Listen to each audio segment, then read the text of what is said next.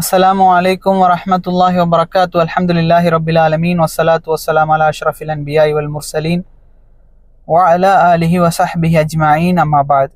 எல்லாம் வல்ல அல்லாஹ்வின் நல்லடியார்களே, ரமலானுடைய 10வது நாளான இன்று நமது அமர்வான 10வது அமர்விலே, சான்றோர் பாடசாலையினுடைய 10வது வகுப்பிலே எம்புவாழ் தமிழ் சொந்தங்களை சந்திப்பதில் பெரும் மகிழ்ச்சியும் அல்லாஹுக்கு நன்றி செலுத்தியவனுமாக, அச்சமொட்டுவோருடன் அமருங்கள் என்ற தலைப்பின் கீழ் இமாம் ஹசன் அல் பஸ்ரி ரஹிமஹுல்லா அவர்களிடம் முகீரா கேட்டார்கள், அபு சயீத் அவர்களே, அவர்களுடைய குன்யா, அபு சயீத் அவர்களே, நாங்கள் சில அறிஞர்களை சந்திக்கின்றோம். அவர்கள் எங்களுக்கு அறிவுரை கூறுகிறார்கள், எங்களை மறுமை விஷயத்தில் அச்சுறுத்துகிறார்கள்.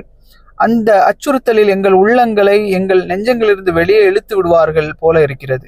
மற்றும் சிலர் அவர்களுடைய அறிவுரையில் மென்மையான ஆறுதல் இருக்கிறது. அதற்கு ஹசன் அல் பஸ்ரி ரஹிமஹுல்லா அவர்கள் பதில் சொன்னார்கள், அல்லாஹ்வின் அடியாரே, இந்த உலகத்தில் உமக்கு ஒருவர் அச்சத்தை கொடுத்து இறுதியாக மறுமையில் நீர் நிம்மதியையும் பாதுகாப்பையும் சந்திப்பது மேலானது. இந்த உலகத்தில் ஒருவர் உமக்கு நிம்மதியையும் ஆறுதலையும் கொடுத்து இறுதியாக நீ பயத்தை, ஆபத்தை சந்திப்பதை விட அப்படின்னு சொல்றாங்க. இதனுடைய கருத்து என்ன அப்படின்னு சொன்னா, மக்களுக்கு அறிவுரை கூறக்கூடிய அறிஞர்களில் பல வகையினர் இருக்கிறார்கள். உபதேசம் வழங்கக்கூடிய பேச்சாளர்களில் பலதரப்பட்டவங்க இருக்கிறாங்க. சில அறிஞர்கள் மார்க்கத்தின் ஒரு பக்கத்தை மட்டும் எடுத்து சொல்லிவிட்டு இன்னொரு பக்கத்தை விட்டு விடுவார்கள். பல பேச்சாளர்கள் அல்லாஹ்வின் அருளை சொல்லும் பொழுது அவனது தண்டனைகளை சொல்லாமல் இருந்து விடுவார்கள். சொர்க்கத்தை விவரிக்கும் போது நரகத்தை பற்றி எச்சரிக்காமல் இருப்பார்கள். அல்லாஹ்வின் அன்பை பற்றி சொல்லும் பொழுது அல்லாஹ்வின் கோபத்தை பற்றி சொல்லாமல் இருப்பார்கள். நன்மையை செய்தால் கிடைக்கக்கூடிய நற்கூலியை சொல்லும் பொழுது அதை விட்டால் கிடைக்கக்கூடிய தண்டனையை சொல்லாமல் இருப்பார்கள். மக்களுக்கு நல்ல விஷயங்களை போதிக்கும் போது அவர்களிடம் இருக்கக்கூடிய தீமைகளை கண்டிக்காமலும் இருப்பார்கள். மார்க்கத்தினுடைய சலுகைகளை மட்டும் சொல்லிவிட்டு மார்க்கத்தில் இருக்கக்கூடிய கட்டாய கடமைகளை, பேணக்கூடிய கடமைகளை சொல்லாமல் இருந்து விடுவார்கள்.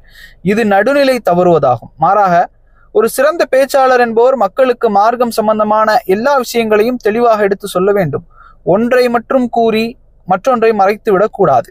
ஒன்றுக்கு முக்கியத்துவம் கொடுத்து மற்றொன்றை அலட்சியம் செய்யக்கூடாது. அல்லாஹை பற்றியும் மறுமை நாளை பற்றியும் உபதேசம் செய்யக்கூடிய அறிஞர் மக்களுக்கு அல்லாஹ்வின் அருளையும் மன்னிப்பையும் அவனது தயாள குணத்தையும் மட்டும் அதிகம் கூறி தனது உரையை முடித்து விட்டால் மக்களில் பலர் தவறாக புரிந்து அல்லாஹுவை பயப்படுவதையும் அஞ்சுவதையும் அவர்கள் விட்டு விடுவார்கள். சொர்க்கத்தை ஆசை வைத்து விட்டு நரகத்தை பயந்து கொள்ளாமல் அவர்கள் விடுவார்கள். நன்மைகளை மட்டும் செய்துவிட்டு பாவத்தை விட்டு விலகாமல் அந்த மக்கள் இருப்பார்கள். அல்லாஹ் அவனது வேதத்தில் அவனது கருணையை விவரிக்கக்கூடிய இடங்களில் எல்லாம் அவனது தண்டனையும் சேர்த்தே விவரிப்பதை நாம் பார்க்கலாம்.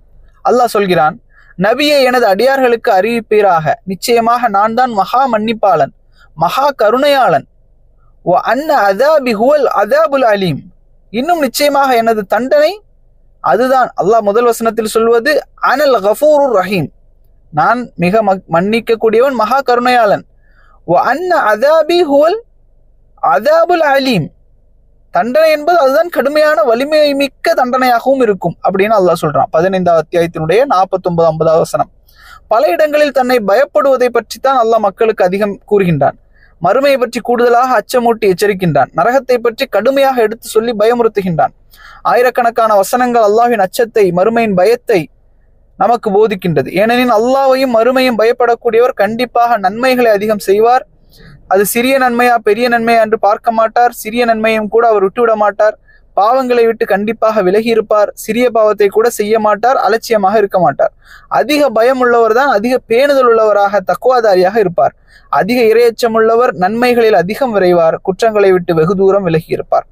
சின்ன சின்ன தவறுகளுக்கு கூட அழுது அழுது பாவ மன்னிப்பு தேடுவார். ஆகவே கண்டிப்பாக இவர் மறுமையில் அல்லாஹ்வின் மன்னிப்புக்கும் அருளுக்கும் உரியவராக இருப்பார். ஒருவர் அல்லாஹ்வினுடைய அருளை மட்டும் ஆதரவு வைத்து அவனது தண்டனை அஞ்சாமல் இருந்தால் அவர் பாவங்களில் வீழ்ந்து விடுவார் அல்லது கடமைகளை பாழாக்கி விடுவார்.